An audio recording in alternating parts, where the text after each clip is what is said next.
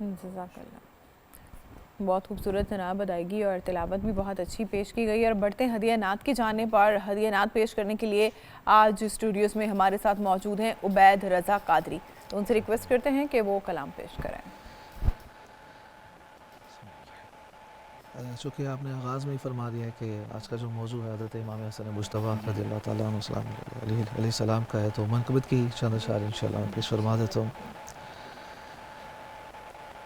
नबी के लाल हुए हैं इमाम मौला हसन, नबी के लाल हुए हैं इमाम मौला हसन, नवासे पहले हुए हैं इमाम मौला हसन, नबी के लाल हुए हैं इमाम मौला हसन, नवासे पहले बने हैं इमाम मौला हसन, इमाम दूसरे हैं पंजतन में शामिल है, इमाम दूसरे हैं पंजतन में शामिल है, हुसैन से हुसैन से हुसैन से हुसैन से भी बड़े हैं इमाम मौला हसन, हुसैन से भी बड़े हैं इमाम मौला हसन, हसन लिखा है कलम ने या हुस्न लिखा है, हसन लिखा है कलम ने या हुस्न लिखा है, कि जैसे फूल के जैसे फूल के जैसे फूल के जैसे फूल खिले हैं इमाम मौला हसन हुसैन से भी बड़े हैं, इमाम मौला हसन। सखी है इब्ने सखी और करीम इब्ने करीम, सखी है इब्ने सखी और करीम इब्ने करीम। सखावतों में सखावतों में सखावतों में सखावतों में पले हैं, इमाम मौला हसन हुसैन से भी बड़े हैं, इमाम मौला हसन। बतौले पाक की आँखों का नूर, दिल का सुरूर, बतौले पाक की आँखों का नूर, दिल का सरूर। बड़े ही ख़ास बड़े ही ख़ास बड़े ही ख़ास बड़े ही ख़ास हुए हैं, इमाम मौला हसन हुसैन से भी बड़े हैं, इमाम मौला हसन। जिगर कटा है उजागर, दिया है ज़हर उन्हें, जिगर कटा है उजागर, दिया है ज़हर उन्हें। शहीद खास शहीद कैसे शहीद कैसे शहीद कैसे हुए हैं, इमाम मौला हसन हुसैन से भी बड़े हैं, इमाम मौला हसन। जज़ाकल्लाह जी, बहुत ही खूबसूरत मनक़बत, बहुत खूबसूरत कलाम आपने आज के दिन के हवाले से ख़ास तौर से बहुत ही खूबसूरत तरीके से पेश भी किया। जनाब, हमसायों के क्या हुकूक़ हैं और रिश्तेदारों के क्या हुकूक़ हैं, इस मौजू पर इस छोटे से ब्रेक के बाद बात करेंगे, साथ रहिएगा। ब्रेक के बाद खुशामदीद। पयाम रमज़ान में हमें बढ़ना है अपने आज के मौजू की जानिब, यानी रिश्तेदारों और हमसायों के हुकूक़ क्या हैं और हम पर क्या ज़िम्मेदारियाँ लागू होती हैं।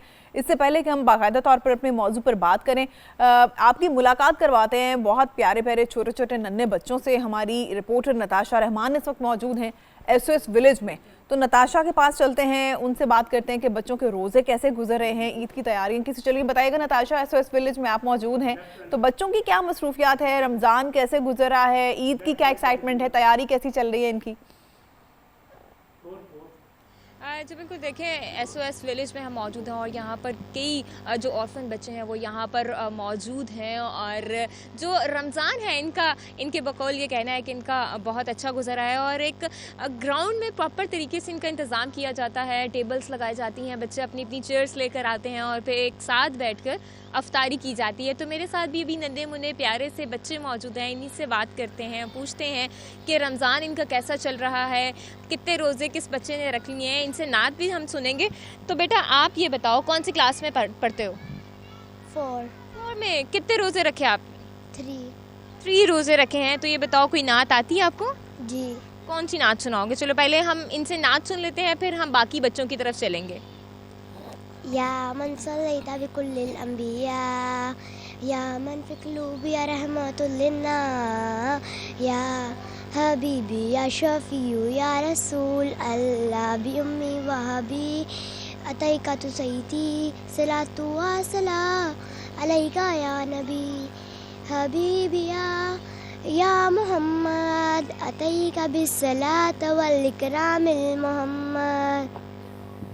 बहुत अच्छी इस बच्ची ने नाच सुनाई है जी हमें, क्योंकि रमज़ान है और रमज़ान में बच्चे जो हैं वो हमें काफ़ी ज़्यादा एक्साइटेड दिखाई दे रहे हैं। ये बताओ आपने कितने रोज़े रखे हैं? मैंने 4 रोज़े रखे हैं। आज रोज़ा है आपका? नहीं, चलो कोई बात नहीं, आज रोज़ा नहीं है। तो अफ्तारी में क्या कुछ बनवाया जाता है, क्या खाना पसंद है अफ्तारी में?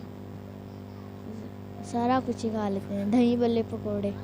दही भल्ले और पकोड़े। ये बच्चा तो बहुत अच्छा है कि सब कुछ पसंद कर लेता है खाने में, क्योंकि बच्चे ये होते हैं रोज़ों में फरमाइशें करते हैं, हमें ये नहीं खाना, हमें वो नहीं खाना। लेकिन यहाँ पर जो बच्चे मौजूद हैं वो हमें बहुत ही अच्छे बच्चे लग रहे हैं कि उनको जो भी दिया जाता है खाना अफ्तारी में वो खा लेते हैं। आप ये बताओ कि आपका क्या आपका रोज़ा है बेटा? मेरा रोज़ा नहीं है। आपका रोज़ा नहीं है? वो कैमरे में देखो प्लीज़, रोज़ा नहीं है। अच्छा ये बताओ कितने रोज़े रखे आपने? मैंने 4 रोज़े रखे हैं। छोटा सा है, इसकी एज बिल्कुल छोटी है। कैमरामैन से कहूंगी कि थोड़ा सा पीछे पैन करके दिखा दें अगर पॉसिबल है। ये भी तो बताइएगा यहाँ पर बच्चों का जो है ये काफ़ी ऑर्गेनाइज सिस्टम होता है, यहाँ पर बच्चों के साथ इनकी माएँ मौजूद होती हैं और इनको बाकायदा एक घर वाला माहौल यहाँ पर दिया जाता है। तो बच्चे आपको क्या लग रहा है, कितने खुश हैं, कितने सेटिस्फाइड हैं यहाँ के एनवायरनमेंट से, और जो यहाँ की मैनेजमेंट है उनका क्या कहना है कि कैसे मैनेज करते हैं सब? बिल्कुल ऐसा ही है कि यहाँ पर जो बच्चे मौजूद हैं उनकी एक्साइटमेंट का जो लेवल है वो हमें बहुत ज़्यादा दिखाई देता है, क्योंकि जो अफ्तारी की तैयारियां हैं वो भी मैंने आपको थोड़ा सा पैन करके दिखा दी हैं कि जो टेबल्स हैं वो प्रॉपर तरीके से बच्चों की जानिब से लगाए जा रहे हैं। ईद को लेके एक्साइटमेंट बहुत ज़्यादा है। मेरे साथ अभी SOS विलेज की जो डायरेक्टर हैं वो मौजूद हैं, उनसे बात करते हैं। मैं सलमा साहिबा, उनसे पूछ लेते हैं कि कितनी तैयारियाँ ईद के हवाले से हैं और बच्चे कितना ज़्यादा एक्साइटमेंट है, कैसे सारा कुछ मैनेज किया जाता है, क्योंकि अफ्तारी है, बच्चे काफ़ी ज़्यादा यहाँ पर मौजूद होते हैं। तो अफ्तारी कैसे बनाई जाती है और फिर कैसे बच्चों को सर्व की जाती है। मैं सलमास, बहुत शुक्रिया आपने हमें टाइम दिया। ये बताइएगा, काफ़ी बच्चे यहाँ पर SOS विलेज में मौजूद हैं, कैसे सारी अफ्तारी का तैयारी की जाती है? सारी अफ्तारी जो है वो है कि हर घर है, हर घर में अपनी तैयारी खुद करते हैं बच्चे, ठीक है। वहाँ हर घर में एक मदर मौजूद है और बच्चे हैं, बड़ी बहनें हैं, छोटी बहनें हैं, सब मिल के इफ्तारी तैयार करते हैं और फिर टेबल्स पे अपनी चेयर्स टेबल्स ले आते हैं बाहर, फिर सब इकट्ठे अपनी अपनी टेबल पे हर घर बैठता है और इफ्तारी करता है। वो एक घर वाला माहौल हमें दिखाई देता है कि बच्चे शाम में अफ्तारी भी कर लेते हैं, फिर उसके बाद मिल के जो काम है घर की तरह किया जाता है। उसी तरह किया जाता है, सब काम मिलजुल के करते हैं बच्चे और बड़ी खुशी से करते हैं और उनकी पार्टिसिपेशन बहुत होती है मदर के साथ। हर चीज़ जिस तरह माँ कह रही होती है बेटा ये वहाँ रख दो, ये कर लो, उसी तरह बच्चे मिलजुल के कर रहे होते हैं।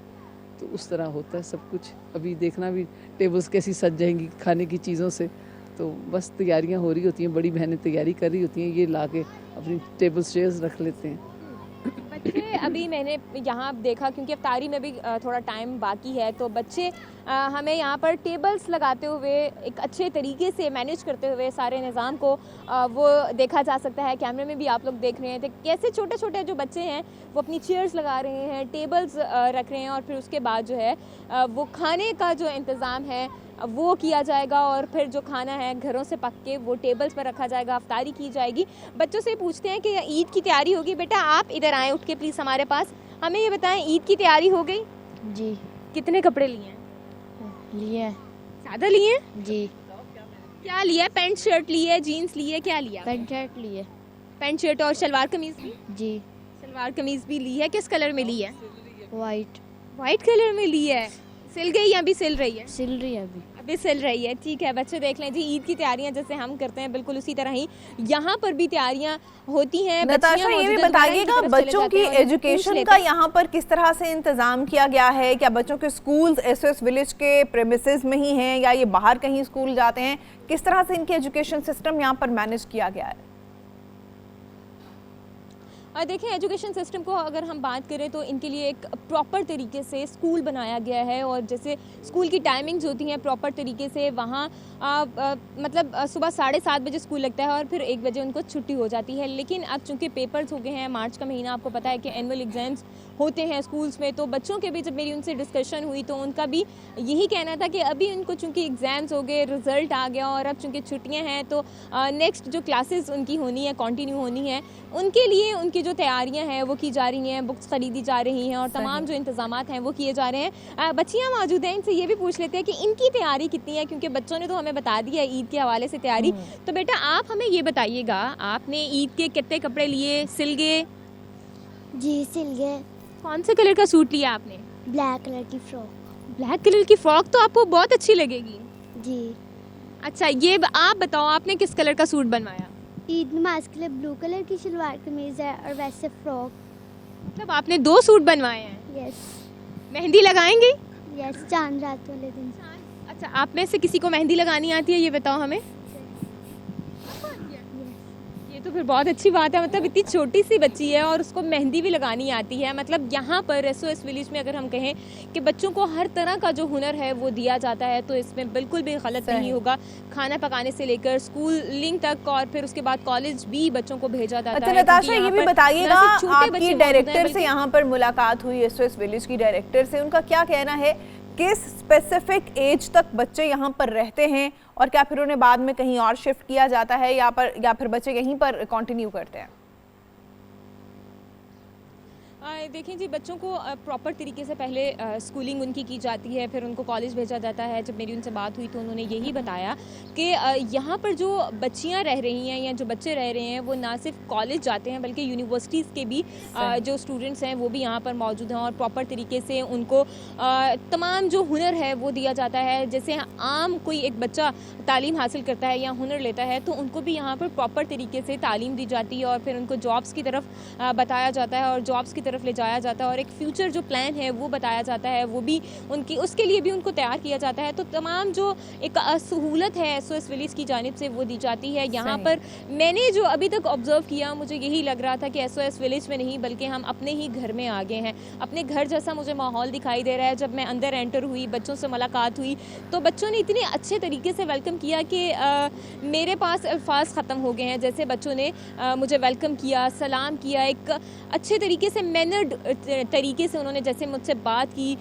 मतलब मेरे एक्सप्लेन करने के लिए आप सबके लिए वर्ड्स नहीं है, आप सबको बताने के लिए कि कितने अच्छे तरीके से यहाँ पर बच्चों को तरबियत दी जा रही है और तमाम जो इनके इंतज़ामात हैं वो मुकम्मल किए जा रहे हैं। और ईद की तैयारियों के लिए भी बच्चों के जो नए सूट हैं उनकी शॉपिंग है वो भी उनको करवाई जा रही है और बाकायदा तौर पर चांद रात को यहाँ पर एक प्रॉपर तरीके से बच्चों को मेहंदी लगवाई जाएगी, सेलिब्रेशन होगी और तमाम जो इंतज़ामात हैं वो भी किए जाएंगे। जी ठीक है, बहुत शुक्रिया नताशा। SOS चिल्ड्रन विलेज में आप मौजूद थी और आपने ना सिर्फ नन्हे बच्चों से मुलाकात कराई, उनकी रमज़ान की तैयारियां, इफ्तार और फिर अब ईद की तैयारियां भी शुरू हो चुकी हैं क्योंकि रमज़ान आज आधा गुजर चुका है और बच्चे खुश दिखाई दे रहे हैं, बिल्कुल घर जैसा माहौल है। तो जनाब बढ़ते हैं हम अपने मौजू की जानिब के हमसायों और रिश्तेदारों के हुकूक क्या हैं। इस्लाम ने जहाँ हर रिश्ते को एक पहचान दी है, मुकाम दिया है और तफसील से बताया है कि किस रिश्ते का क्या मुकाम है, क्या जगह है उसकी, तो हमसायों की भी राय साहब 3 तरह की कैटेगरीज में डिस्ट्रीब्यूट किया गया है, तकसीम किया गया है कि एक वो हमसाया जो आपका हमसाया तो है लेकिन मोमिन नहीं है, उसका एक दर्जा हक है। फिर वो हमसाया जो हमसाया भी है और मोमिन भी है। फिर वो हमसाया जो आपका रिश्तेदार भी है और मोमिन भी है तो उसका हक ज़्यादा बढ़ जाता है। तो ये खैर सवाल तो नहीं लेकिन वैसे एक व्यूअर्स की नॉलेज के लिए मैं आपसे जानना चाह रही हूँ कि ये जो आपका रिश्तेदार भी हो गया, हमसाया भी हो गया, तो ये तो फिर बात ज़्यादा बढ़ जाती है। बिल्कुल। पहले तो मैं थोड़ा हज़रत इमाम हसन अलैहिस्सलाम की हाज़िरी लगवा लें, फिर मैं आपके सवाल की तरफ आता हूँ। ज़रूर। देखिए, जैसे आपने बताया कि हुज़ूर अकरम सल्लल्लाहु अलैहि वसल्लम के बेटे जब छोटी उम्र में इस दुनिया से अल्लाह ताला के यहाँ चले गए तो काफिरों ने बहुत खुशियाँ मनाई और उन्होंने ताना दिया हुज़ूर अकरम सल्लल्लाहु अलैहि वसल्लम को कि आपकी तो नस्ल ही ख़त्म हो गई। आमतौर पे अभी भी देखें ना, हम कहते हैं जी कि नस्ल तो बेटे से चलती है। वो तो अल्लाह ताला ने कुरान मजीद में फरमाया ना कि वरफ़अना लका ज़िक्रक, आपका जिक्र हमने बुलंद कर दिया। देखें ना, कलमा, अजान, मतलब सिर्फ पाकिस्तान में तकरीबन 20 लाख मस्जिदें हैं और उनसे 5 वक्त अजान की आवाज़ निकलती है, इकामत होती है और वो अल्लाह ताला ने सूरतों की सूरतें नाजिल फरमा दी।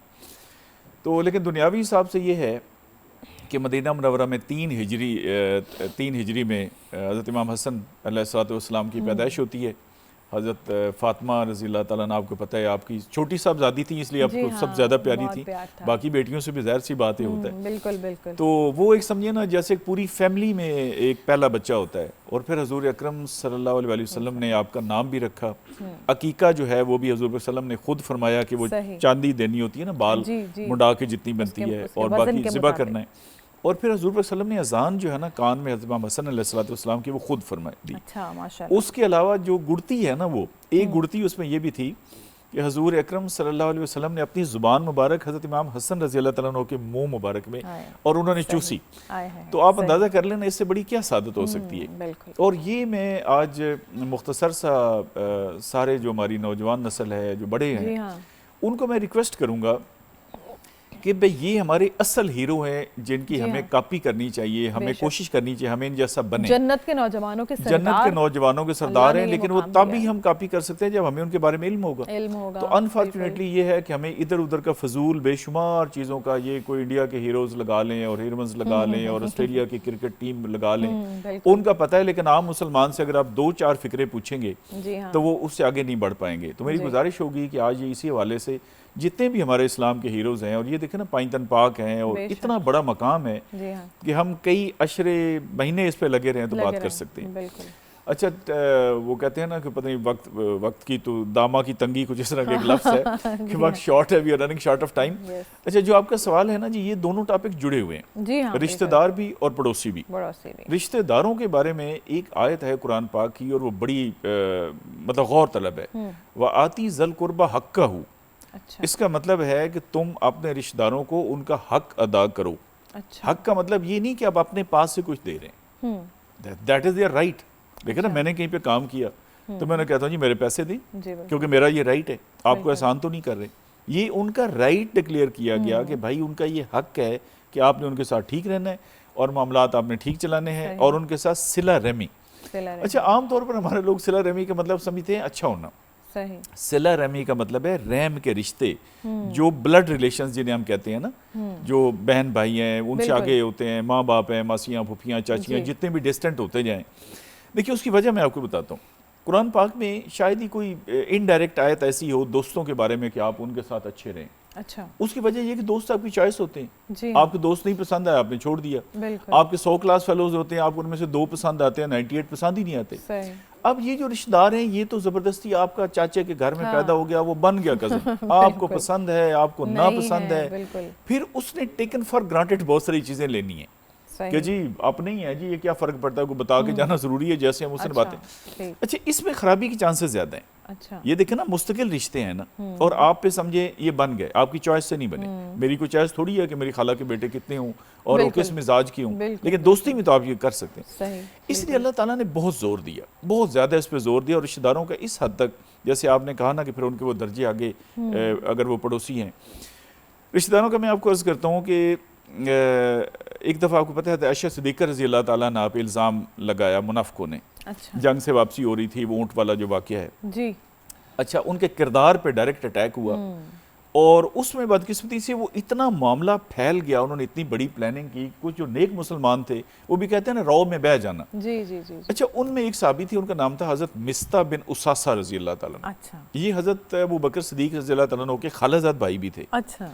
अच्छा, यानी एक किस्म के चचा ही हुए ना आयशा जी, सिद्दीक़ा जी, रज़ी अल्लाह जी, ताला के, बिल्कुल। और इंतहाई गरीब मखलूकुल हाल ओके। मुहाजिर थे, खाने को पैसे कोई नहीं, और सारा खर्चा कौन देते थे? हज़रत अबू बकर सिद्दीक़ अबू रज़ी अल्लाह ताला बकर जी जी जी। अच्छा, अब ये साहबी भी उस ग्रुप में शामिल हो गए जिन्होंने इल्ज़ाम लगाने वाले थे। तो सोचे ना कि बाप हो, और बाप भी हो हज़रत अबू बकर सिद्दीक़, और बेटी हो हज़रत आयशा सिद्दीक़ा तैयबा ताहिरा, जिनके बारे में कुरान की आयतें नाज़िल हुई। हाँ जी बिल्कुल। अच्छा, गुस्सा तो आएगा ना भाई। अंदाज़ा कर लें भाई, इस बंदे को सारा खर्चा हम देते हैं, इसकी फैमिली को हम चलाते हैं, बिल्कुल। और ये हमारा और तो अच्छा कर कुछ नहीं सकता। मेरी बेटी पर इल्ज़ाम लगा है तो ये उस पार्टी के साथ शामिल हो उसके गया। साथ शामिल हो गया। तो हज़रत अबू बकर सिद्दीक़ रज़ी अल्लाह ताला अन्हु ने उनका खर्चा बंद कर दिया। अच्छा कुरान में अल्लाह ने आयत नाजिल कर दी, सूरत नूर आयत नंबर 22।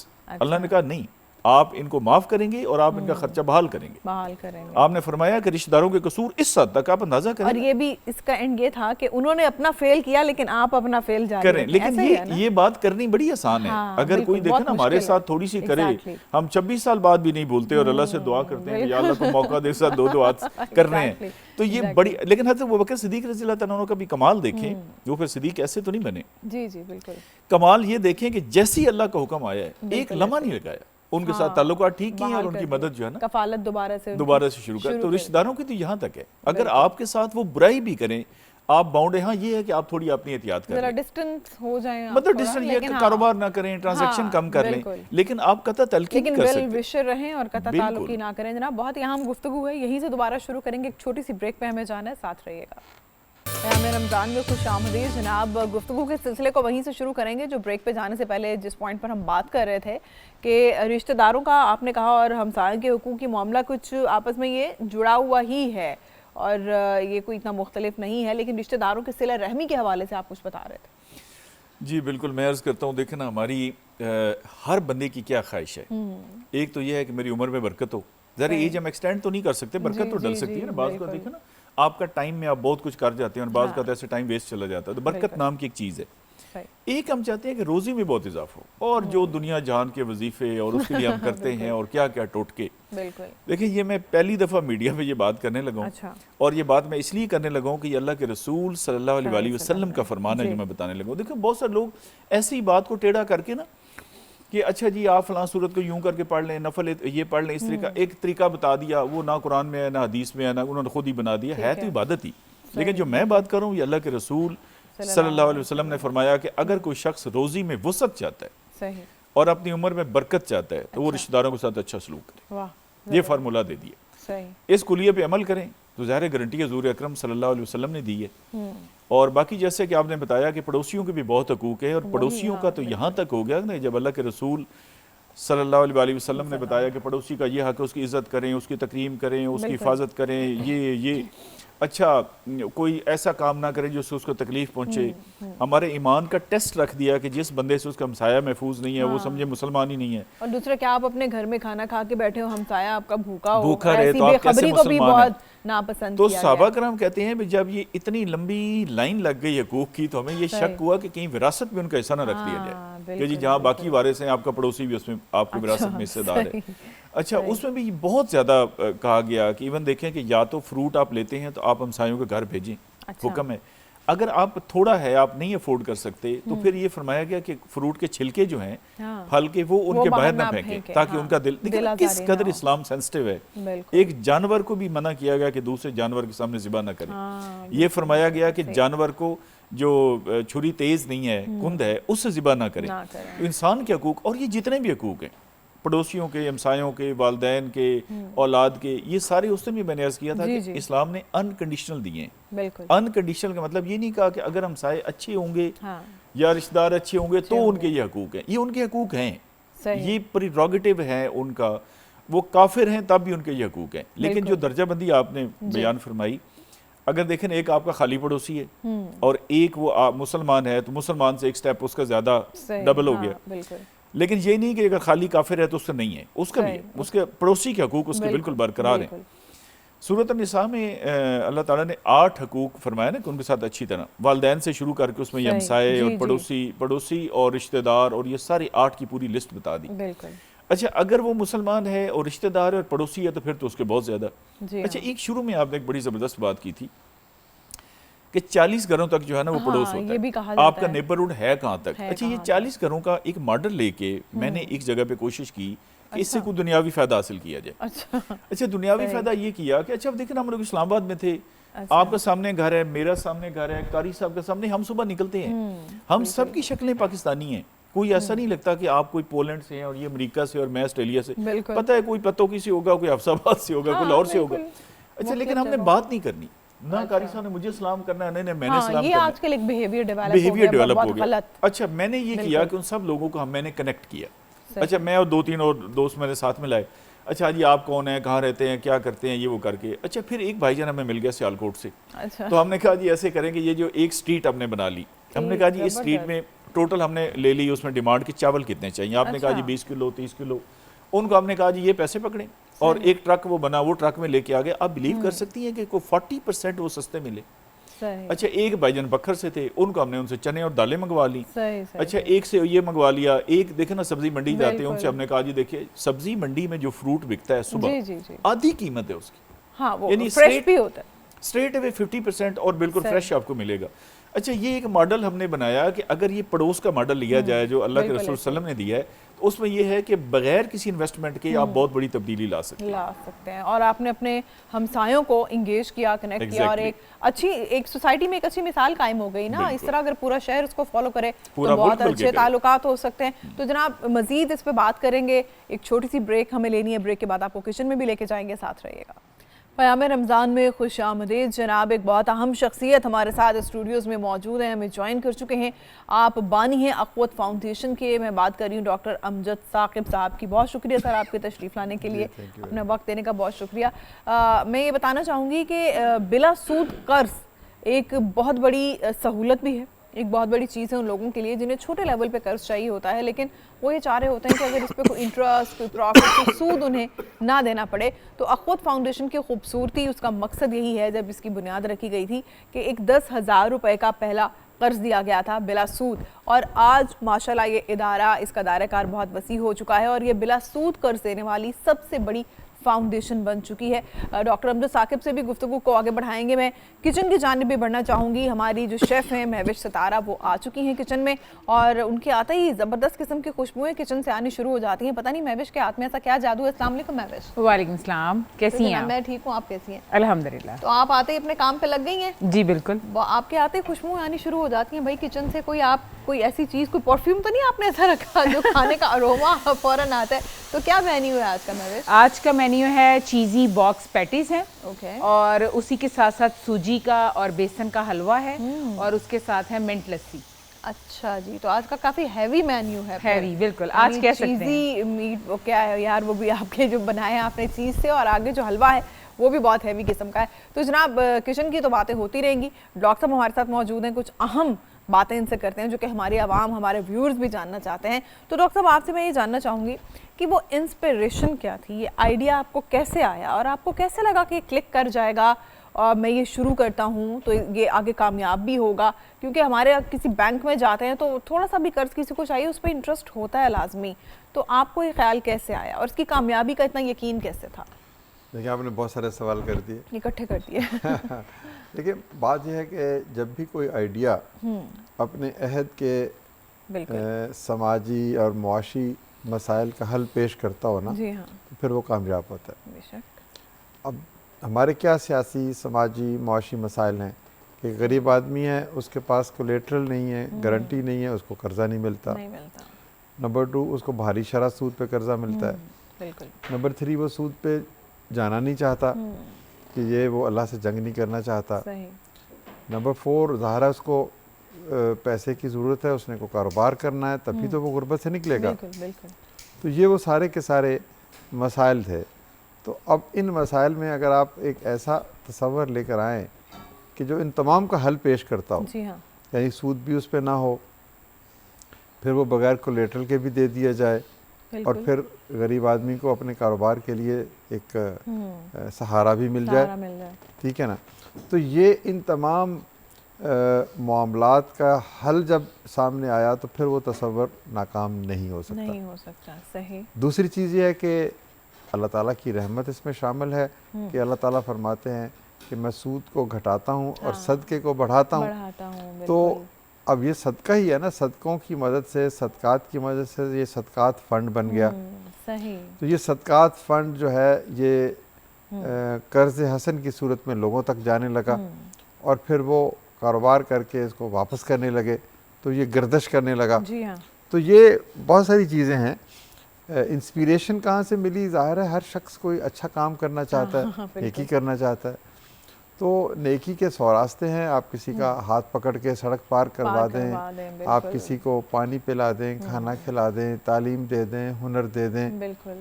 तो एक रास्ता ये भी है मुल्क व कौम की तामीर का, गुर्बत की अल्टीमेट सलूशन जो है कि आप किसी शख्स को या तो हुनर दे दें या फिर उसको इतना सरमाया दे दें कि वो कोई छोटा कारोबार कर ले।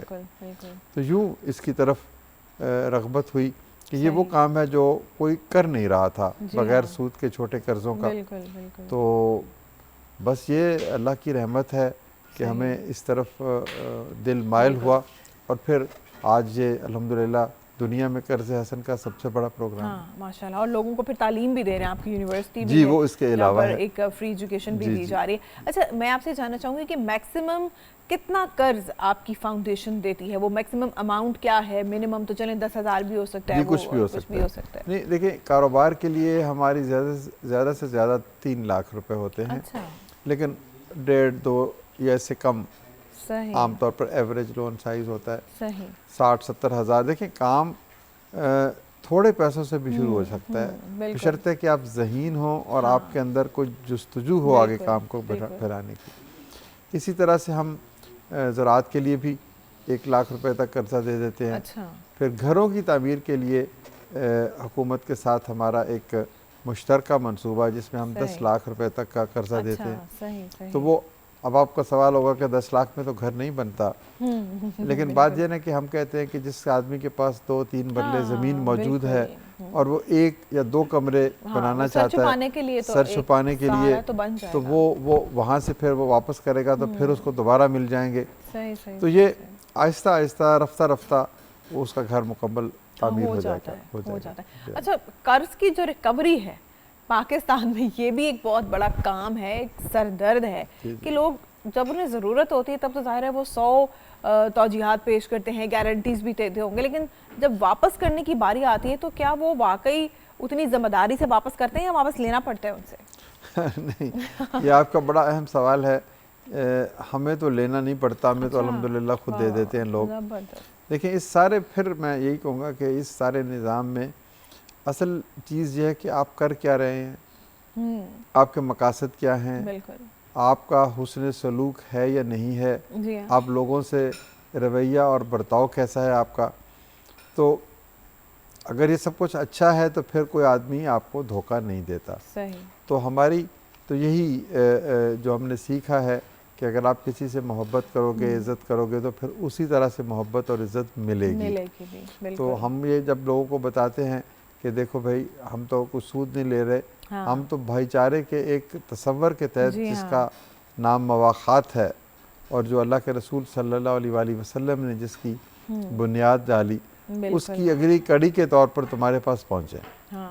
तो तुम कारोबार करो, ये लो पैसे, वापस तुम इसलिए करो कि कल जिसको ज़रूरत होगी उसने भी तो कहीं से लेने हैं, उस हकदार को भी। तो ये फिर एक इखलाकी तरबियत बीच में शामिल होती है, जिसकी वजह से फिर वो लोग अपनी जिम्मेदारी महसूस करते हैं। बिल्कुल।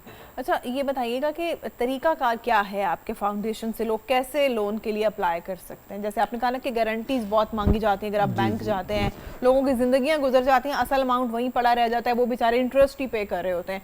तो आपके किस तरह से आसानी पैदा की गई? ऐसे है ना कि हम 300-400 शहरों में हमारे 800 के करीब दफातर हैं। ठीक है। तो हर दफ्तर में इर्द गिर्द के 2-2.5 किलोमीटर के जो विसिनिटी में लोग रहते हैं वो आ सकते हैं। सही। आके वो बताते हैं जी हम ये काम करना चाहते हैं, फिर हम उनकी अप्रेजल करते हैं। सही। उनके बारे में मालूमात लेते हैं कि उनका किरदार कैसा है, लेन देन कैसा है, वो कोई क्रिमिनल तो नहीं है, कोई ड्रग्स में तो नहीं है। फिर इसके साथ ही हम उनकी सलाहियत को भी असेस करते हैं कि ये कारोबार कर सकते हैं या नहीं कर सकते। तो फिर उसके बाद इन दोनों चीज़ों के नतीजे में फिर अगर हमें हाँ में जवाब मिलता है तो फिर हम उसकी रिक्वायरमेंट के मुताबिक उसको पैसे देते हैं। सही। तो यूँ फिर ये सर्कल चलता है, फिर वो वापस कर देता है। अगर वो अच्छा काम करता है तो उसको इसमें इजाफे के लिए मज़ीद रकम मिल जाती है। तो वो एक रेडी से वो गधा गाड़ी से दुकान से फिर वो बड़ी दुकान, तो उसके अंदर जूं आगे बढ़ने की ख्वाहिश बेदार रहती है, होती है, तो हम उसको ये रकम भी बढ़ा के टाइम फ्रेम क्या होता है? कर्ज की वापसी का टाइम फ्रेम क्या होता है कि भाई कितने अरसे के बाद आपको उसको लौटाना है, एक साथ लौटाना है या उसकी भी कोई इंस्टॉलमेंट्स लोग आपसे अपनी सहूलत के मुताबिक करवा लेते हो? देखिए इसमें यह है कि तकरीबन 1 माह लगता है ज़्यादा से ज़्यादा कर्ज लेने में। अच्छा। क्योंकि उसके कागजात बनाने देखना हफ्ते में भी हो सकता है, 10 दिन में भी, 15 दिन भी, लेकिन 1 माह से ज़्यादा नहीं लेते हम अल्हम्दुलिल्लाह। उसके बाद वापसी जो है वो माहाना इकसात की सूरत में 24 महीनों में या 30 महीनों में, डिपेंडिंग ऑन द अमाउंट और उस आदमी की वापसी की जो उसका कैश फ्लो कैसा है, सही। तो वो फिर माहाना एक साथ में वापस करते हैं। अच्छा। तो जो ज़रूरी कर्जे होते हैं वो यकमुश्त 6 माह के बाद जब फसल आती है तो फिर वो वापस करते हैं। इस तरह से अच्छा, यानी उनके पास जरा मार्जिन ज्यादा होता है कि ज़ाहिर है वो फसल उनकी तैयार हो मुसलसल जाए, फौरन बिक जाए, तो बिकेगी तो फिर ही पैसे सही। देंगे ना। अच्छा, कोई आपके जहन में ऐसी फिगर है कि अभी तक अखवत फाउंडेशन से कितने लोग मुस्तफीद हो चुके हैं, जो सक्सेसफुल स्टोरीज हैं आपके सामने? देखिए सक्सेसफुल तो कोई ऐसा अल्हम्दुलिल्लाह सारी स्टोरीज सक्सेसफुल हैं। जबरदस्त। मतलब है ये कहो कि नेकी कर लेना ही सक्सेस है ना। जी जी, उसका नतीजा क्या निकलता है वो तो बात की बात है। बिल्कुल। तो हमने अभी तक 40 लाख घरानों को जो रकम दी है, तो इसकी वापसी की शरह 99% है। माशाल्लाह, जबरदस्त। तो ये वापसी की शरह ही बताती है कि इन लोगों को सक्सेस हुई तो उन्होंने पैसे वापस किए। हाँ, बिल्कुल। अगर खुदा न खास्ता वो सक्सेसफुल ना होते तो फिर किस तरह से ये रकम वापस होती। बिल्कुल। तो एक ये इंडिकेटर है इस प्रोग्राम की सक्सेस का कि लोगों की जो है कर्ज की वापसी की शरह बहुत अच्छी है। अच्छा, जो लोग कामयाब होते हैं, जैसे आप कह रहे हैं कि 99% हमारी जो सक्सेस रेट है, फिर जाहिर है वो किसी मुकाम पे पहुंच जाते हैं, अपने पाँव पे खड़े हो जाते हैं। आपने कहा जैसे ठेले से दुकान और दुकान से बड़ी दुकान, तो चले वो तो कर्ज वापस करने के काबिल हो गए, लेकिन क्या फिर वो आपके डोनर्स भी बन जाते हैं? जाहिर अपनी खुशी से डोनेट करने। जी जी, एक्चुअली हम उनको ना पहले दिन जब हम कर्ज देते हैं तो हम उनको यही कहते हैं कि देखो तुम आज लेने वाले हो, हाँ, तो हम तो तुम्हें एक देने वाले के रूप में देख रहे हैं। बिल्कुल बिल्कुल। यानी हम उनको इंस्पायर करते हैं सही। कि जब वक्त आएगा, जब उसका कारोबार चलेगा तो वो किसी और को कारोबार कराएगा। सही। तो इस हवाले से हम थोड़ी सी उसको तबलीग करते हैं कि देखो अगर इससे तुम्हें फ़ायदा हुआ तो तुम भी 1 रुपया दे के हमारे डोनर बन सकते हो। अच्छा, 1 रुपया दे के? 1 रुपया मतलब अगर आपने रेडी लगाई है किसी शख्स ने, हाँ। तो शाम को 1000, 1500, 2000 रुपये कमाता जो है, भी उसकी इनकम तो है, उसको हम सही। कहते हैं कि तुम 1 रुपया भी दे सकते हो। ठीक। तो आमतौर पर ये लोग 15-20 रुपये, 30 रुपये महीने के बाद जब अपनी किस्त लेके आते हैं तो साथ ये भी दे देते हैं। जबरदस्त। तो इससे फिर लोगों में देखिए, लोगों को ये एहसास जब उनके अंदर जन्म लेता है ना कि जी मैं भी किसी के काम आ रहा हूँ, तो उसकी अपनी एक खुशी और मुसर्रत है, उसको प्राइड है। तो फिर ये बात अल्लाह को कितनी पसंदीदा है कि जिसके पास करोड़ों हैं वो अगर कुछ देता है तो वो तो कुछ शायद बहुत ज़्यादा अहमियत नहीं है, लेकिन जिसके पास है ही कुछ नहीं और वो भी देने के लिए जज्बा है, नीयत अच्छी है, तो फिर इस तरह से अल्लाह ताला इस निज़ाम को आगे बढ़ाता है और उस शख्स को भी फ़ायदा होता है। बेशक बेशक। और फिर एक सिलसिला चल पड़ता है ना कि अगर आप आज कामयाब हुए, फिर आप उसमें डोनेट भी कर रहे हैं, तो आप उस इदारे को भी मजबूत कर रहे हैं और आप बाकी लोग जो ज़रूरतमंद हैं उनके लिए भी एक रास्ता आसान कर रहे हैं। अच्छा, आजकल रमज़ान है, हमारे जो मुतवसत तबका है या जो लोग बेचारे सतह गुर्बत से भी नीचे ज़िंदगी गुजार रहे हैं, तो हर एक की जो एक बुनियादी ज़रूरत है वो राशन है, ग्रोसरीज़ है, क्योंकि अगर रोज़ा रखना है, आप मुसलमान हैं नहीं हैं, या आपको खाना तो खाना है ना एटलीस्ट, तो ऐसे में आपकी फाउंडेशन क्या रोल प्ले कर रही होती? लोग आपसे रुजू करते हैं, कांटेक्ट करते हैं? जी, हमारा बुनियादी काम ये नहीं है। हमारा बुनियादी काम है लोगों को अपने पाँव पे खड़ा करना। हाँ, बिल्कुल, उनको कर्ज दे के कारोबार करवाना, लेकिन फिर भी बहुत बहुत मुस्तक ख़वातीन, ख़ानदान, बूढ़े, ज़ईफ़, माजूर ऐसे लोग होते हैं। तो उस सिलसिले में भी हमें हमारे जो डोनर्स हैं, हमारे जो दोस्त हैं, वो एक रकम दे देते हैं। अच्छा। तो हम फिर उसमें राशन के बैग्स तैयार करके भी तकसीम कर देते हैं। तो ये भी एक है, लेकिन मेजर हम फिर भी यही कहते हैं कि इंसान को काम करके और खुद से मेहनत करके कमाना चाहिए, खड़े हो, यानी मछली खिलाएं नहीं, मछली पकड़नी सिखाएं। राइट। अच्छा, ये आप अखवत इमरजेंसी रिलीफ फंड भी आपका है कुछ, ये क्या मामला है? जी देखिए, अखवत अल्हम्दुलिल्लाह अब एक मोतबर अदारा बनता जा रहा है, लोग इस पे एतमाद करते हैं। तो जब भी कोई कुदरती आफाकत आती हैं तो भी लोगों की ये एक्सपेक्टेशंस होती हैं कि उसकी रिलीफ में, उसकी रिहैबिलिटेशन में कुछ किरदार अदा किया जाए। तो अब जब कोविड आया तो उस वक्त लोगों ने कारोबार बंद हो गए, तो फिर हमने लोगों को घरेलू ज़रूरत के लिए कर्जे देने शुरू कर दिए, मदद करनी शुरू कर दी। फिर सैलाब आया तो उसमें फिर इब्तदा में कुछ अद्वियात, खाना, राशन, फिर उसके बाद रेस्क्यू, उससे पहले फिर उसके बाद जब घर उनके बर्बाद हो गए, गिर गए, तो हमने उसकी तामीर के लिए कर्ज देना शुरू कर दिए। तो हम तकरीबन 7,000 के लगभग घर हमने सैलाब से मुतासरा इलाकों में नए बनाए हैं। और उसमें भी हमने यही कहा कि भी देखो हर चीज़ मुफ्त नहीं होती। पहले भी तो आपने अपना घर बनाया था तो खुद जेब से पैसे लगाए थे, अब वो हमने वो लोन पे बनाए हैं। तो ये सैलाब के दिनों में हमने बहुत काम किया अल्हम्दुलिल्लाह। फिर उसी के बाद सैलाब में जब लोगों को दोबारा अपने पाँव पे खड़ा होना होता है तो उनको फिर को कारोबार चाहिए, फिर कर्जा चाहिए, तो उसके लिए भी फिर हम कर्ज़े फराहम करते हैं। तो ये एक बड़ा जो रिलीफ और रिहेबिलिटेशन का जो प्रोसेस है ना, आए दिन ये मौसमियाती तब्दीलियों के बाद जो हमारे यहाँ नेचुरल डिजास्टर आते रहते हैं, जो इंटेंसिटीज़ हैं उसकी चेंजेस जो हैं लोगों को फेस करने पड़ते हैं। गुफ्तगू को जनाब यहीं से आगे बढ़ाएंगे, बहुत अहम गुफ्तगू है, मैं चाहूँगी आप भी सुने ताकि इसमें इस बारे में नॉलेज भी बढ़े। एक छोटी सी ब्रेक पे जा रहे हैं, साथ रहिएगा। ब्रेक के बाद खुश आमदीद जनाब, क़याम रमज़ान में हमारा आपका साथ है। और जैसे जैसे वक्त बढ़ता जा रहा है, इफ्तार में वक्त कम रहता जा रहा है और सबके किचन्स में इस वक्त एक भाग दौड़ चल रही है, गर्मा गर्मी चल रही है कि फ़ौरन से तैयारियां हो जाएं। और हमारे किचन में भी कुछ ऐसी ही सिचुएशन है। महविश भी अपने महाज पर सरगर्म है और उनकी अच्छी बात यह है कि जब तक मैं उनके पास पहुँचती हूँ वो अपना काम मुकम्मल कर चुकी होती हैं, वो किचन भी समेट चुकी होती हैं। तो देखते हैं कि आज महविश मुकम्मल कर पाती हैं या कि कुछ काम बाकी रह जाता है। तो डॉक्टर साहब हमारे साथ मौजूद हैं। डॉक्टर साहब से कुछ मजीद क्वेश्चंस मुझे करने हैं, उनसे पूछना है उनके ऑर्गेनाइजेशन के बारे में।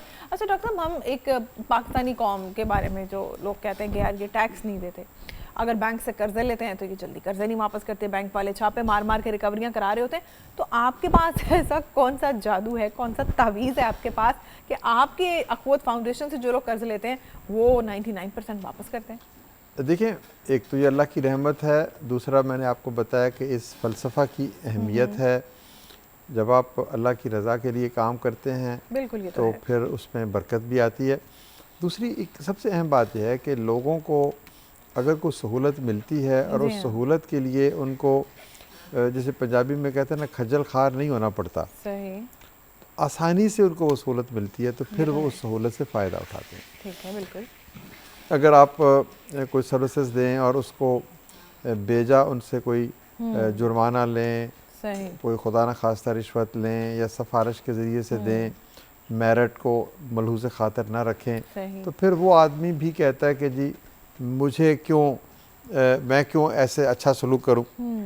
अगर आपको वो सहूलत उस के अलावा जो अगर आपने 10,000 देने तो 10,000 के ऊपर आपने 10,000 ही ले लेने हैं, 5,000 रुपये ले लेने हैं या 3,000 रुपये इजाफी ले लेने हैं, तो ये हमने अपने तजर्बे में यही देखा है कि ये बड़ी अच्छी कौम है, हमारे लोग जो हैं बहुत अच्छे हैं, लेकिन ये तकाजा करते हैं कि इनके साथ अच्छा सलूक किया जाए। बिल्कुल। तो अगर आप इनके साथ मोहब्बत भरा सलूक करेंगे तो ये आपके साथ भी मोहब्बत भरा सलूक करेंगे। सही। अगर आप इनको बुरा भला कहेंगे, गाली देंगे, तो फिर आगे से वो और ज़्यादा रिएक्ट करेंगे। तो ये जो म्यूचुअल एक रिस्पेक्ट का एलिमेंट है ना, बाहमी एहतराम का इस अमल, इसकी बुनियाद पर मुआशरे तामीर होते हैं। बिल्कुल, ये तो आप जो किसी और मुल्क में चले जाएं जहाँ पर आप समझती हैं कि कानून का ख्याल रखा जाता है, वहाँ पर दो ही चीज़ें हैं, एक तो तालीम है, दूसरे बाहमी इज़्ज़त और एहतराम की तरबियत दी जाती है पहले दिन से, और फिर सज़ा भी है, एक गवर्नेंस का निज़ाम भी है।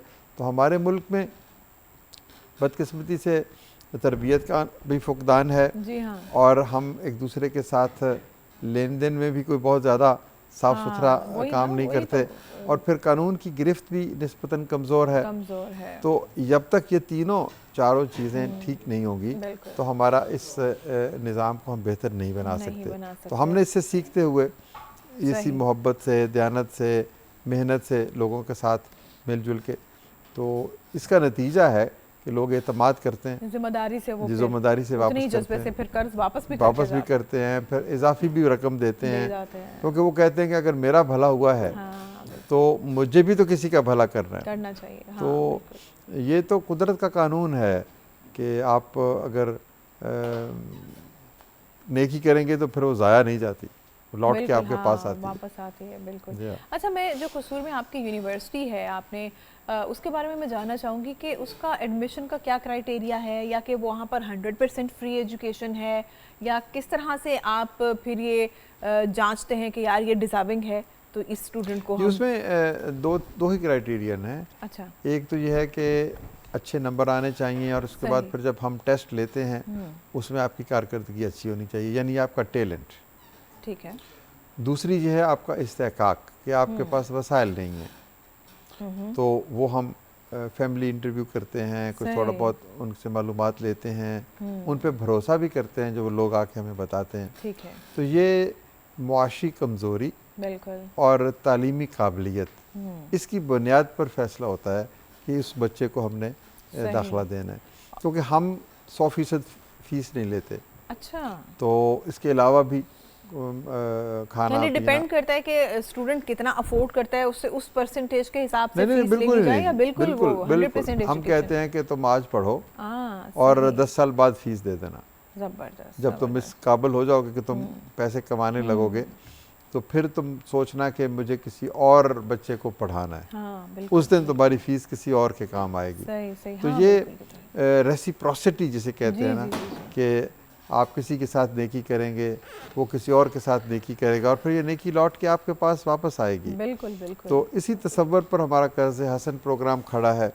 और इसी तसव्वुर पर ये वो छोटे कर्ज़े हैं, शॉर्ट टर्म, ये लॉन्ग टर्म बड़े कर्ज़े हैं, लंबे अरसे के लिए हैं। तो लेकिन इसमें भी हमें अल्हम्दुलिल्लाह उतनी ही कामयाबी मिलती है कि जो बच्चे पढ़ लिख के किसी जगह पर कमाने लगते हैं, तो फिर आके पूछते हैं कि जब हम आपके लिए क्या करें, हम किस बच्चे को, कितने बच्चों को, बल्कि अपने से बढ़कर वो देने की। तो ये तरबियत का अमल जो है ना, वो इसकी असल बुनियाद है। और यूनिवर्सिटीज़ में कौन कौन सी डिग्रीज, कौन कौन से प्रोग्राम्स, अगर आप... जी, अभी हमारा यूनिवर्सिटी का चार्टर अभी बस वो आखिरी मरहलों में है। अच्छा। तो लेकिन अभी हम फ़िलहाल पंजाब यूनिवर्सिटी के साथ एफिलिएटेड हैं। तो हम इंफॉर्मेशन टेक्नोलॉजी और इकोनॉमिक्स, और फिर उधर हमारी लड़कियों के लिए भी हैं, जिसमें हम इंग्लिश लिटरेचर और इकोनॉमिक्स, और फिर ख़ास तौर पर हम आईटी के छोटे छोटे कोर्सेज़ के ऊपर बहुत ज़्यादा फोकस कर रहे हैं, ताकि इनको लो हैंगिंग फ्रूट्स कहते हैं। कि अगर बच्चा ज़हीन है और वो मेहनत करना चाहता है, तो वो ये काम सीख लेगा, तो उससे उसको बहुत जल्दी कमाने के मौके मिल जाएंगे। तो इसके ऊपर फिर हमारे हॉस्पिटैलिटी मैनेजमेंट, ये मैं देख रहा हूँ कितने खूबसूरत खाने आप पका रही हैं। तो हमने वहाँ पर एक हॉस्पिटैलिटी मैनेजमेंट का कोर्सेज भी शुरू कराए हुए हैं, जिसमें हम शेफ़ उनको खाना पीना, कुलिनरी आर्ट्स, ये वो। तो ये भी बहुत एक अहम एक और बोर्डिंग भी है बच्चों का, हॉस्टल वगैरह, पूरे पाकिस्तान से लोग आपको अप्रोच करते होंगे। उसमें हमने हर सूबे को मखसूस कोटा दिया हुआ है, बराबर बराबर हर सूबे से बच्चे आते हैं। आपको बलोचिस्तान के बच्चे मिलेंगे, खैबर पख्तूनख्वा के, सिंध के, हर मज़हब के, हर ज़बान, 16 ज़ुबानें बोलते हैं। हमारी एक जो डॉर्मेट्री है जिसमें 4 बच्चे रहते हैं। अच्छा। तो एक बच्चा होगा सिंध का, एक पंजाब का, एक केपी का, एक बलोचिस्तान का। तो ये बाहमी जो है ना बैनुसूबाई मोहब्बत और अमन और भाईचारा, तो एक पाकिस्तानी होने की हैसियत से भी हम उनको ये पैगाम देते हैं कि भाई आपको एक कौमी यकजहती और कौमी वहदत का सबूत भी मिलता है वहाँ से। तो ये भी एक, और फैकल्टी की हायरिंग वगैरह ये सब, वो तो सारा एक निज़ाम होता है मेरिट के तहत, कि जो बेहतरीन लोग होते हैं तो हमारे, क्योंकि मैंने सुना है कि माशाल्लाह वो इंटरनेशनल स्टैंडर्ड्स पर। जी, आप कभी तशरीफ लाएं ना, मैं तो आपके व्यूअर्स को भी दावत दूंगा कि वो तशरीफ लाएं, क्योंकि सीइंग इज बिलीविंग। हम कहते हैं कि भाई अगर आपने हमारी मदद करनी है, इस अदारे को स्पॉन्सर करना है, सपोर्ट करना है, तो सबसे पहले देखें तो सही हम करते क्या हैं। उन बच्चों से मिलें, उनका एतमाद देखें, उनकी काबिलियत देखें, उनकी स्किल्स देखें, फिर आप फैसला करें कि हमें किस तरीके से किसी एक बच्चे का अपना लेना, ये भी एक बहुत बड़ी बात है। तो अच्छा, वन लास्ट क्वेश्चन मैं आपसे जानना चाहूँगी। माशाल्लाह अब कितने सारे काम हो रहे हैं, लोगों को घर बनाने के लिए कर्ज मिल रहा है, छोटे बिजनेस के लिए मिल रहा है, एग्रीकल्चर का जो काम करे लोग उन्हें भी मिल रहा है, फिर एजुकेशन फ्री है। तो ये फंडिंग, ये सब कैसे मैनेज होता है, फंड कैसे रेज होता है? आप जैसे अच्छे लोग फंड देते हैं ना, आपके सुनने वाले अच्छे लोग। लेकिन आपने शुरू में एक बात कही थी कि आप ये काम क्यों करते हैं। और मैंने कहा था कि हर शख्स के दिल में हाँ, ये नेकी तो की ख्वाहिश है। बिल्कुल। तो नेकी की ये ख्वाहिश ही है जिसकी बदौलत ये अस्पताल चलते हैं, ये स्कूल चलते हैं, ये चैरिटी होम्स चलते हैं, ये ऑर्फनेज हाउसेस चलते हैं। तो देखिए ना, मुआशरे में अमर बिल मारूफ नही अनिल मुनकर और नेकी तो हमेशा से मौजूद है। ऐसे तो देने वालों की कमी नहीं है, देने वालों को सिर्फ एक क्रेडिबल इंस्टीट्यूशन चाहिए कि जहाँ पर वो पैसे दें उनका पैसा दुरुस्त इस्तेमाल, दुरुस्त, उन्हें यकीन हो कि हाँ ये ट्रांसपेरेंसी से जिस काम के लिए हमसे पैसे ले रहे हैं तो और फिर मुसलमान, और ये रमज़ान का महीना, इसमें तो हर आदमी नबी पाक सल्लल्लाहु अलैहि वसल्लम जो है इस महीने में बहुत ज़्यादा सखावत करते थे। सही। तो ये महीना ही देने का है। और फिर जैसे कहते हैं ना कि जो अल्लाह की राह में देता है वो तो गरीब नहीं हो सकता। नहीं हो सकता, बेशक बेशक, ये तो अल्लाह से तिजारत है और वो आपको 10% होके वापस मिलती है। तो जनाब डॉक्टर साहब का शुक्रिया अदा करते हैं, बहुत ही मुफीद गुफ्तगू, और आई बिलीव कि जितने लोगों ने देखा और सुना होगा आज का ये एपिसोड, ये प्रोग्राम, बहुत सी आपको इसमें इन्फॉर्मेशन में इजाफा होगा कि अख़वत फाउंडेशन किस तरह से लोगों को हर लिहाज पर, बल्कि हर महाज पर हेल्प कर रही है और किस तरह से लोग उनके साथ जुड़े हुए हैं। एक छोटा सा ब्रेक लेंगे, साथ रहिएगा। क़याम रमज़ान में खुश आमदीद। तो जनाब अब बारी है उस सेगमेंट की जिसका आप सबको बेचैनी से इंतज़ार होता है। मैं बात करी हूँ किचन सेगमेंट की, और इस वक्त हमारी शेफ़ जो हैं वो हमेशा की तरह अपने तमाम काम मुकम्मल कर किचन फ्री होकर बिल्कुल खड़ी हैं, किचन भी समेट चुकी हैं। और आज का जो मुझे थोड़ा बहुत याद पड़ा है मेन्यू, वो थे आपके कोई चीज़ी बॉक्स पैटीज। अच्छा, मैं उन्हें चिकन चीज़ पैटीज समझ रही थी जी। तो अब आप इसकी रेसिपी हमसे शेयर करें। तो आज हमने बनाए हैं चीज़ी बॉक्स पैटीज। इसमें हमने लिया है बोनलेस चिकन है 1 kg, मैदा है 2 खाने के चम्मच, लहसुन कुटा हुआ है 2 खाने के चम्मच, मक्खन है 4 खाने के चम्मच, चीज़ के स्लाइसेस हैं, चेडर चीज़ के 10 हैं, मोज़रेला के भी 10 हैं, नमक है 1 चाय का चम्मच, काली मिर्च है 1 खाने का चम्मच, चिकन पाउडर है 1 खाने का चम्मच, ऑरिगेनो है 1 चाय का चम्मच, स्वीट कॉर्न्स लिए हैं जो आपको टिन में इजीली अवेलेबल होंगे, वो 1 कप है, मिर्च शिमला मिर्च है 2 अदद, और इसी के साथ क्रीम ली है 1 कप, और साथ साथ हमने लिया है समोसा पट्टी 1 पैकेट, और कश्मीर ऑयल लिया है हमने फ्राई के लिए। तो सबसे पहले हमने मैदे को बटर के अंदर अच्छे से सौते करना है। सौते करने के बाद उसमें हमने थोड़ा सा पानी डालना है, और जो हमने चिकन लिया था उसको फाइन चॉप करके हमने मैदे के अंदर डाला, और साथ ही हमने गार्लिक डाल दिया, अच्छे से उसको कुक किया। कुक करने के बाद हमने उसको चॉपर में चॉप कर लिया ताकि वो काफ़ी ज़्यादा अच्छे से फाइन हो जाए। सही। चॉप किया, चॉप करने के बाद उसी के अंदर हमने वेजिटेबल्स डाल दी, कॉर्न्स डाल दिए, और नमक और काली मिर्च चिकन पाउडर सारा डाल के मिक्स कर लिया। वो एक बैटर हमारा बन गया। फिर हमने एक समोसा पट्टी स्क्वायर में और एक सीधी और एक टेढ़ी ऊपर नीचे रख के फिर हमने 1 चम्मच उसमें सारा बैटर डाला, उसमें चीज़ के स्लाइसेस रखे, और उसको मैदे की जो लई हमने बनाई थी मैदे में थोड़ा सा पानी डाल के मिक्स किया, और उसके साथ हमने उसकी बाइंडिंग की, और एंड पे हमने उसको कश्मीर कुकिंग ऑयल के अंदर शैलो फ्राई किया, not deep fry, shallow fry. Shallow fry, क्योंकि ऑलरेडी जो जितना भी उसके इंग्रेडिएंट्स हैं वो कुक्ड हैं, बिल्कुल कोई ऐसे रॉ फॉर्म में नहीं है कि आप उसको खा नहीं सकते। जी बिल्कुल। और आपने ऐसे करना है, जरा स्लो फ्लेम पे करना है ताकि जरा, क्योंकि पट्टी की जो लेयर है वो 2-3 लेयर्स हैं ताकि वो अच्छे से अंदर तक कुक हो जाए। और जो सेकंड हमारी रेसिपी है वो है सूजी का हलवा, सूजी बेसन का हलवा। इसमें मैंने सूजी ली है 2 कप, बेसन है 4 खाने के चम्मच, देसी घी है 1 कप, किशमिश है 15 अदद, बादाम है 15 अदद, अखरोट है 10 अदद, काजू 10 अदद, चीनी 2 कप, इलायची 3 अदद, और पानी है 2 से 3 कप, और चांदी के वर्क हैं इसमें हमने लिए हैं सजावट के लिए। तो सबसे पहले हमने सूजी को अच्छे से, सूजी और बेसन को पैन में हल्के से फ्राई करना है। अच्छा, एक क्वेश्चन है मेरा यहाँ पे कि आज मैं फर्स्ट टाइम, वैसे व्यूअर्स मैं आपके नॉलेज के लिए भी बताऊंगी, फर्स्ट टाइम मैं देख रही हूँ कि सूजी और बेसन का मिक्स हलवा बन रहा है, क्योंकि बचपन से आज तक तो हमने सिर्फ सूजी या सिर्फ बेसन का हलवा अलग अलग खाया है। सूजी और अंडे का भी बनता है, बेसन और अंडे का भी बनता है, ये कॉम्बिनेशन घुसा देते हैं ना हर चीज में ऐड कर देते हैं विंटर में स्पेशली उसको। अच्छा, तो इसके न्यूट्रिशनल फैक्ट्स क्या होंगे? ओवरऑल वैसे ये अच्छा है, बेसन हाँ हैवी होता है, लेकिन आप ये देखें ना, बेसन मैंने इसमें सिर्फ 4 टेबल स्पून ले रही हूँ, ज़्यादा नहीं है, आप कम भी कर सकते हैं। हाँ, बेसन सूजी की निस्बतन बहुत ज़्यादा हैवी होता है। मैंने टोटल जो है ना वो बेसन का हलवा नहीं बनाया, ठीक है। सूजी और बेसन को अच्छे से मैंने लाइट सा ब्राउन करना है। ब्राउन करने के बाद इसमें देसी घी ऐड करना है, उसके साथ इसको अच्छे से हल्की आँच में मैंने कुक करना है ताकि जो हमारी सूजी है, बेसन है, वो अच्छे से भुन जाए। और उसके बाद मैंने इसके अंदर पानी, सॉरी, इसके अंदर सारे जो हमारे नट्स हैं उनको क्रश करके मैंने फ्राई करना है सूजी के साथ। उसको फ्राई किया, फ्राई करने के बाद इसके अंदर हमने पानी के तकरीबन 2 से 3 कप डाले और उसको कवर कर दिए ताकि हमारी जो सूजी है और बेसन है वो अच्छे से फूल जाए। फूलने के बाद हमने इसके अंदर शुगर को ऐड किया। शुगर ऐड करने के बाद हमने इसको फिर से कवर किया और 5 से 7 मिनट पकाने के बाद हमने इसको डिश आउट किया और चांदी के वर्क और बादाम के साथ मैंने उसकी गार्निश कर दी। बस आपने ये चीज़ देखनी है कि जो हलवा है वो जब पैंदा छोड़ने लगे ना तब आपने इसको डिश में पोर करना है ताकि उसका जो पानी है वो अच्छे से ड्राई हो जाए।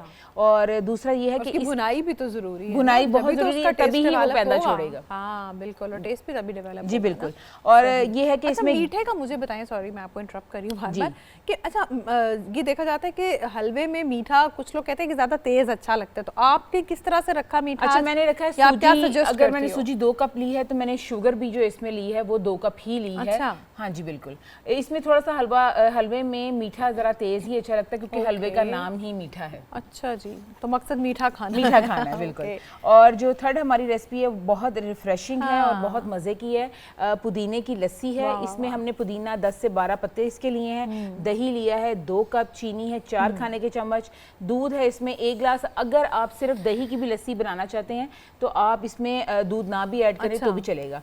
और इसमें आइस लिया है हस्बे ज़रूरत, और आप अगर दूध नहीं ऐड कर रहे हैं तो आप इसमें 1 कप पानी भी यूज़ कर सकते हैं। इसको सबको हमने ब्लेंडर में डाला, अच्छे से ब्लेंड किया और मैंने जग में पोर कर दिया ताकि इफ्तार हम तो मैं भी इससे इसको पीते हुए फील ये तो नहीं आएगी कि हम रायता पी रहे हैं? नहीं, बिल्कुल भी नहीं। आप इसको एक दफा पी के देखेंगे, आप मुझे कल फिर कहेंगे कि आपने बनाना है। जबरदस्त, ये बहुत मजे की है। चलिए तो फिर अब आपने इंतजार लगा दिया जी बिल्कुल। और साथ साथ मैं बताती चलूं कि ये जो चिकन बॉक्स पैटीज हैं इसको हम सर्व करेंगे पेप्सी के साथ और कनौर की केचप के साथ। और पेप्सी के बिना ये बिल्कुल भी जो मेरी रेसिपी है वो बिल्कुल इनकम्प्लीट है बिल्कुल, क्योंकि जितने भी ये जंक फूड टाइप की चीजें होती हैं या फ्राइड चीजें हैं उनके साथ फिर पेप्सी से बेहतर तो कोल्ड ड्रिंक जो है वो कोई हो ही नहीं सकता। और उसके मजे को दोबारा करने के लिए फिर केचप भी आपको चाहिए। और कनौर के केचप के जो फ्लेवर्स हैं और जो टेस्ट की क्वालिटी है वो वाकई बहुत अच्छी है। हमारे घर पे भी कनौर के ही केचप्स वगैरह सारे सॉसेस यूज होते हैं हमारे, और वाकई ये बहुत अच्छे होते हैं कि आपके जायके को वाकई दोबारा कर देते हैं।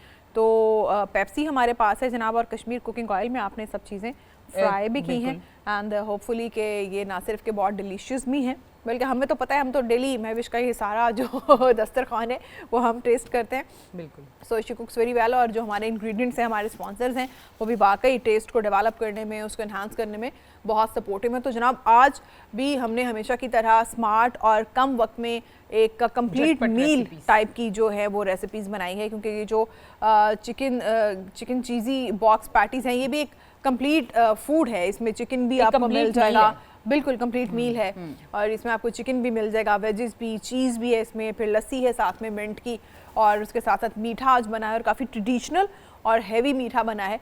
तो हमने आज अपनी पूरी कोशिश की कि नई रेसिपीज़ हमेशा की तरह पहले से ज़्यादा डिफरेंट रेसिपीज़ आपके खिदमत में पेश की जाएँ ताकि आप भी अपने किचन में ट्राई करें इसको। तो जनाब हमारी किचन की तैयारी मुकम्मल हो चुकी है, होपफुली आपका किचन भी इस वक्त तकमील के मराहिल में होगा, इफ्तार का जो दस्तरखान है वो आपका मुकम्मल हो चुका हुआ होगा। हमें इजाज़त दीजिए, अपना ख्याल रखिएगा, खुदा हाफ़िज़। अल्लाह हाफ़िज़।